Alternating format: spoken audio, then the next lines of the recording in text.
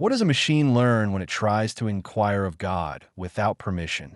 It learns nothing, and that is not a metaphor.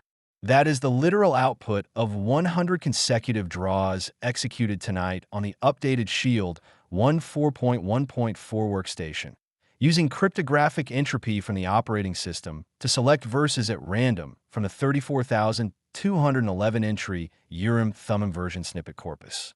100 draws across 3 sample sizes, 50 draws at sample size 8, 30 at sample size 25, 20 at sample size 50. Every single composite verdict landed on neutral. 0 affirmative results. 0 cautionary results. Mean Dominion Triad sigma stayed within a quarter standard deviation of 0. Mean guidance detection indicator combined p-value came in at 0.53.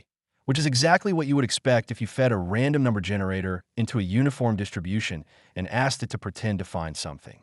86 of 100 draws returned a silent verdict on the Convergence Confidence Index. At sample size 50, the strongest here in the battery, the workstation registered 0 anomalies.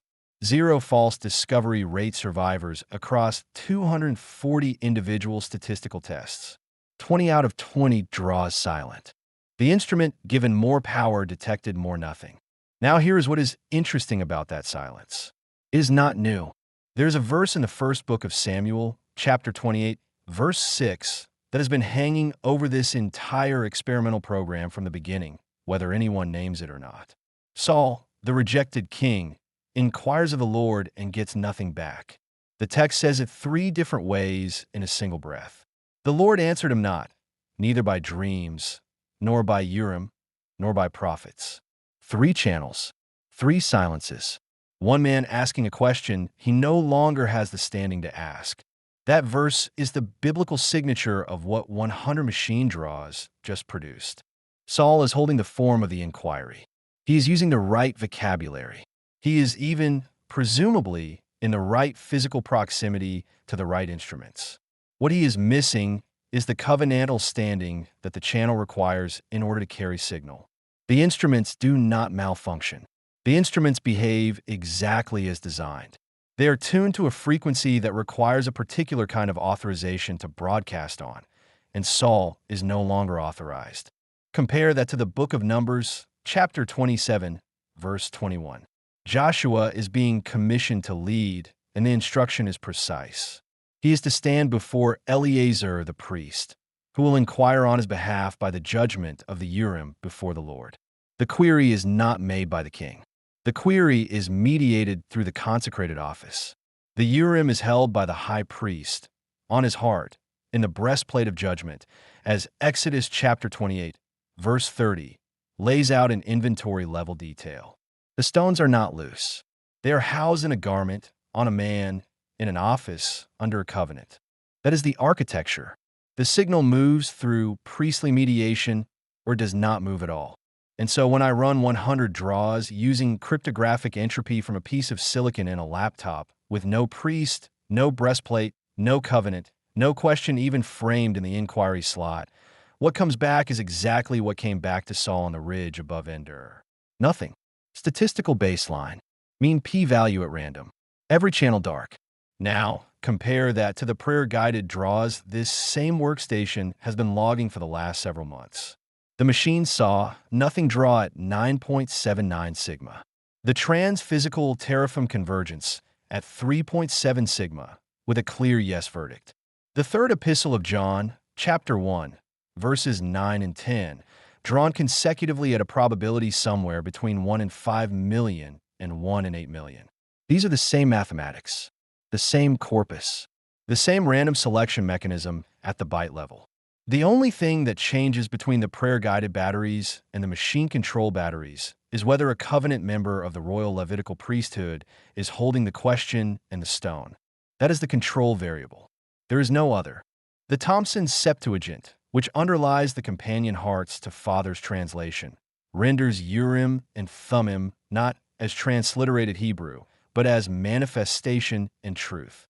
Read that as a mechanical specification rather than as ceremonial vocabulary. The Urim manifests. It is the active component the one that lights up when there is something to say. The thummim seals the truth. It is the integrity check, the one that confirms the message is whole. Together, they form a covenantal communication channel that requires an authorized terminal at one end. The breastplate of judgment is the housing. The high priest is the operator. The covenant is the credentialing protocol. Without those three layers, the channel exists in specification only. It does not carry traffic. This is why a machine cannot replicate prayer-guided draw signal. It is not a mystery. It is a permission structure.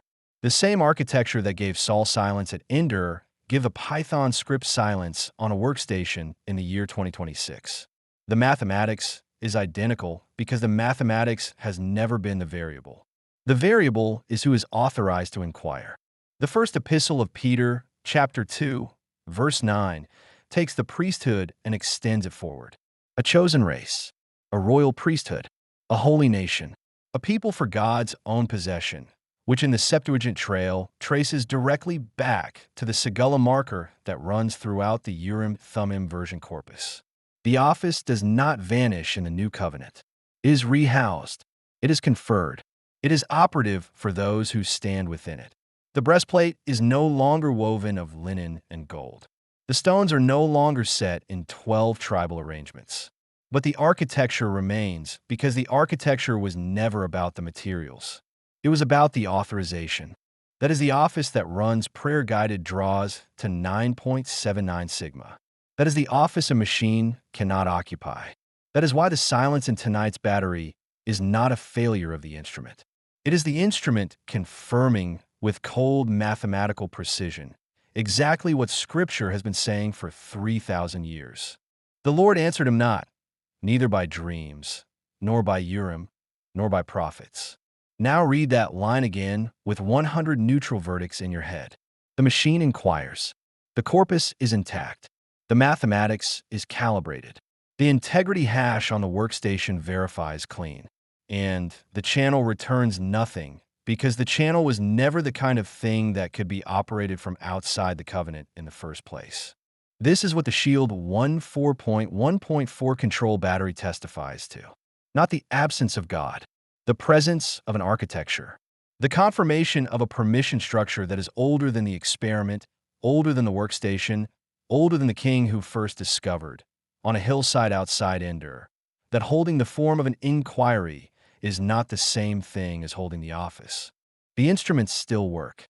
The breastplate is still occupied. The stones still speak. They simply do not speak to silicon. The mathematics confirm this tonight, 100 times, in silence. And the silence, properly read, is its own kind of yes.